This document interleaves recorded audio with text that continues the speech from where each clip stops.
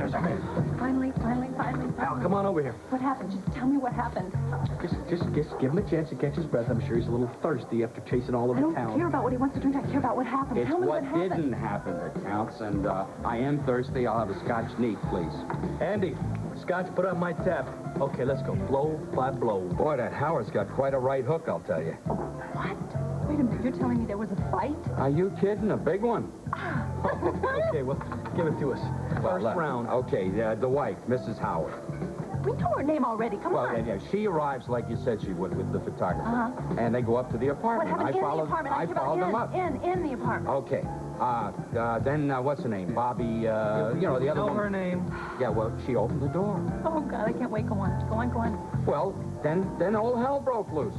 Hell broke. What kind of hell broke loose? Well, okay. Mrs. Howard barrels in, see, she's full speed ahead, and she's aiming for Bobby what's-her-face. Then Mr. Howard has to get into the act, see, trying to protect her. Where was the photographer? Well, meanwhile, he's shooting everything in sight. I love it. Now, I love it. Okay. Now, Mr. Howard then hits the photographer, knocks him down, and with that, tries to get the camera, but I'm too fast for him. I grab the camera, and I'm out of there. Where's the photographer now? He's probably home plastering his eye with a porterhouse. Oh, wait a minute. What about the film? What happened to the film? Don't worry about the film. I gave it back to the photographer. He said there's no need and no sense in rushing it because it's a little too late to get in the morning papers. No, wait a minute. I can't wait. I'll develop them. I want to see those pictures. He says definitely it'll get into the afternoon edition. Hours. I can't wait to see that newspaper. I'm going to take a copy. No, I'm going to take 2 copies and throw it right on Tony's desk. I can't wait. You know, quite a night. I think I'll have another one of these. Hal, why don't you take off? We'll catch you in the morning. Oh, yeah, okay. Look, thanks for the drink and sweet dreams. Right. See you around. Well, all my dreams are certainly coming true. I am going to drive you home and take you up on that nightcap you offered me the other day. Scott, listen, how about another time, okay? Because I need to go home tonight to get my beauty rest, so I'll be ready for that hospital tomorrow. You know, Bobby might have won the primary, but the victory belongs to Mercy Jones.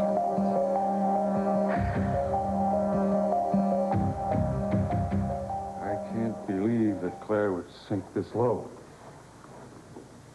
And I have no idea how she knew about this place or that I was here. She was supposed to have been in Albany. Here, drink it. It's some brandy. Thanks. I promise you I will make her apologize for this humiliating scene. She doesn't owe me an apology, does she? I was here. And you're her husband. I was here with you. I was wearing your bathrobe. I was wearing a very expensive diamond bracelet that I had absolutely no right to wear. She had every right to feel the things she felt and to say what she did. And it just makes me sick when I stop and think how this whole sordid affair looks to her. Bobby, stop talking like that. We have done nothing to be ashamed of, nothing. Well, you know that, and I know that. The pictures that photographer took are going to tell quite another story, aren't they? I'm not going to let him use those pictures to hurt you in any way. You may not be able to stop him. Well, I will find a way. And I'll make Claire pay for what she's done. It's ironic, isn't it? Claire hasn't done anything wrong. I'm the one who's wrong. Bobby. Bobby. Bobby.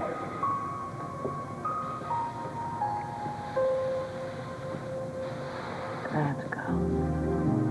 Let's go.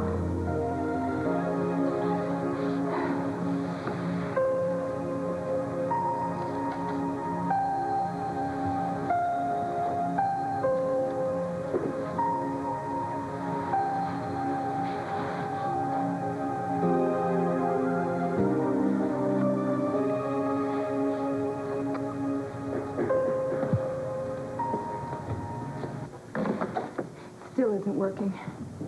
Well, I can't figure it out. It was working earlier today. Speaking of day, do you have any idea what time it is? Yes, I know what time it is. damn it. I'm trying to get back into the city. Look, I'd be only too happy to drive you, except I'd probably fall asleep behind the wheel. Don't worry. I wouldn't dream of getting into a car with you.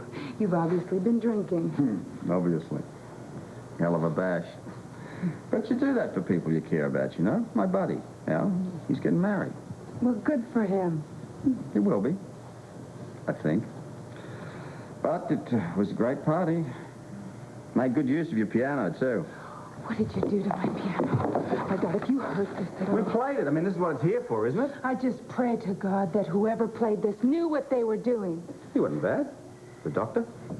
He wasn't a musician? No, he played a pretty good Irish jig and a little number called Courtin' in the Kitchen. In case you're not smart enough to figure it out, my buddy's Irish. Please just don't tell me anymore. I can't stand this. Look, your bloody piano survived, all right? Now, I'm going to bed. Wait a minute, what about me? What about you? Oh, look, what? You're welcome to the fire. How gallant. Well, think of the alternative, and that's sleeping in the cold. I tell you, I would sleep in my car if I weren't so afraid of catching cold. You know, if it settled in my hands, that could be disastrous for my career. Hands don't catch cold. Fingers can stiffen. Well, at the risk of sounding stupid, let's just say you get a cold in the head and it gets into your hands. Well, who gives a damn? You are obviously stupid. If you knew anything, you'd know that these hands are insured for over $1 million. What kind of insurance you carrying on your brain? I mean, that's assuming you've got one. Don't you know who I am? Should I? I'm Catherine Delafield.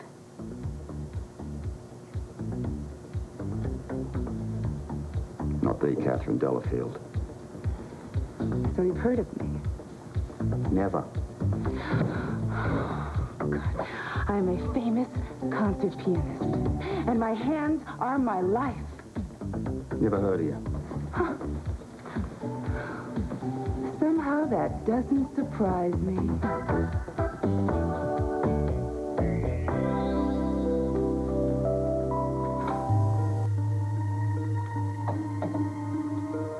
Give me a minute to get dressed. I'll take you home. No, I'll be all right. I am taking you home. Look, there's no sense in putting yourself in more jeopardy. Oh, that's ridiculous. No, it's not, Gregory. Your career could be ruined. I don't give a damn about my career. Well, I do. What about the photographs? I will convince Claire not to use them. For your sake, I hope you can. And what about you? I can't stand seeing you hurt by me. It's not the same thing. Of course it is. It's worse. My friends know who I am. I don't care what anybody else thinks. Except Lucy. You amaze me. Claire could be vicious. She could spread a scandal about this. It affects your career as well as mine, your name and your reputation. And you're worried about the woman who runs the daycare center. What are you concerned about? What do you care what she thinks? I don't care what she thinks. It's just that Lucy and I have a private war that's going on. I've just given her all of the ammunition that she needs. I don't understand. What happened tonight, and what Claire is going to say about what happened tonight, and what the newspapers are going to say if, God forbid, they print those pictures. Well, little Miss Lucy is going to be absolutely delighted that my name is being dragged through the mud. And worst of all, she's going to make every ugly thing that was said tonight look bad so that she can break Tony's will. I still don't understand. Tony appointed me his daughter's legal guardian and not Lucy.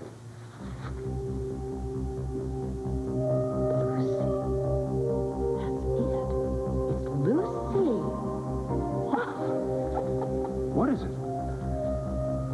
You remember when you said that you thought Claire was going to be in Albany tonight? Well, she was. Well, guess how she found out about this place? From her good friend, Lucy Coe. If I know anything about anybody, I bet my life Scott Baldwin had his head in this. Damn.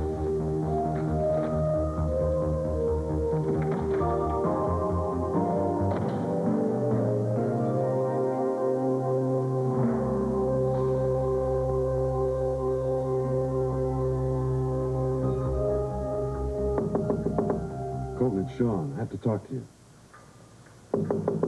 Colton? Doing a little snooping? You seen Colton, Scott? Out of luck, pal.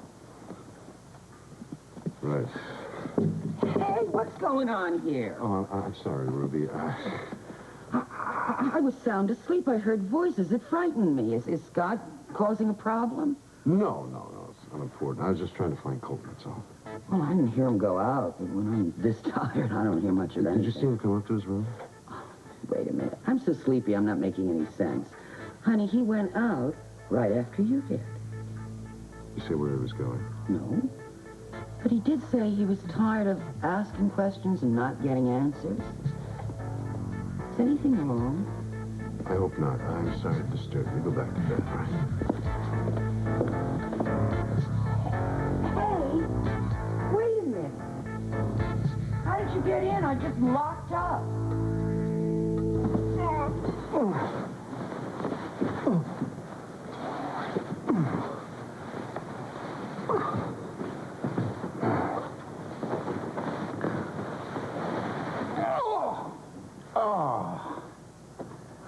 Oh, my back. Well, because I tried to help out my fellow man. Woman. Okay. I don't think I'm ever going to be able to stand up straight again. Oh. You didn't have to make such a production out of it. Glad you enjoyed it. You're obviously in dreadful physical shape. Thank you. Thank you very much. Listen, if you had had the good grace to leave when I asked you, you wouldn't have had to exert yourself. And we would have both gotten some much-needed sleep. If you hadn't bothered to turn up here in the first place, I wouldn't be sitting here complaining. But since I've had the good graciousness to share my mattress with you... My mattress? All right, your mattress, but my firewood, my sheets, and my brandy. Brandy? Yeah, brandy. Now, I don't know who's responsible for the glasses, but boy, I could sure use a belt. What about you?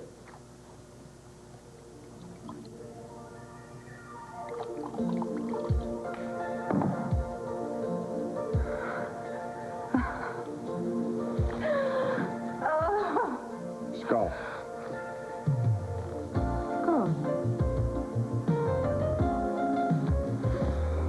So, concert pianist, eh? Mm-hmm. That's classical music. Mm-hmm. I had classical music. You know any rock and roll? I hate rock and roll. Yeah, that figures. Well, we can push this into the garage tomorrow morning. Listen, enjoy my fire. You know, I went to a lot of trouble to set that.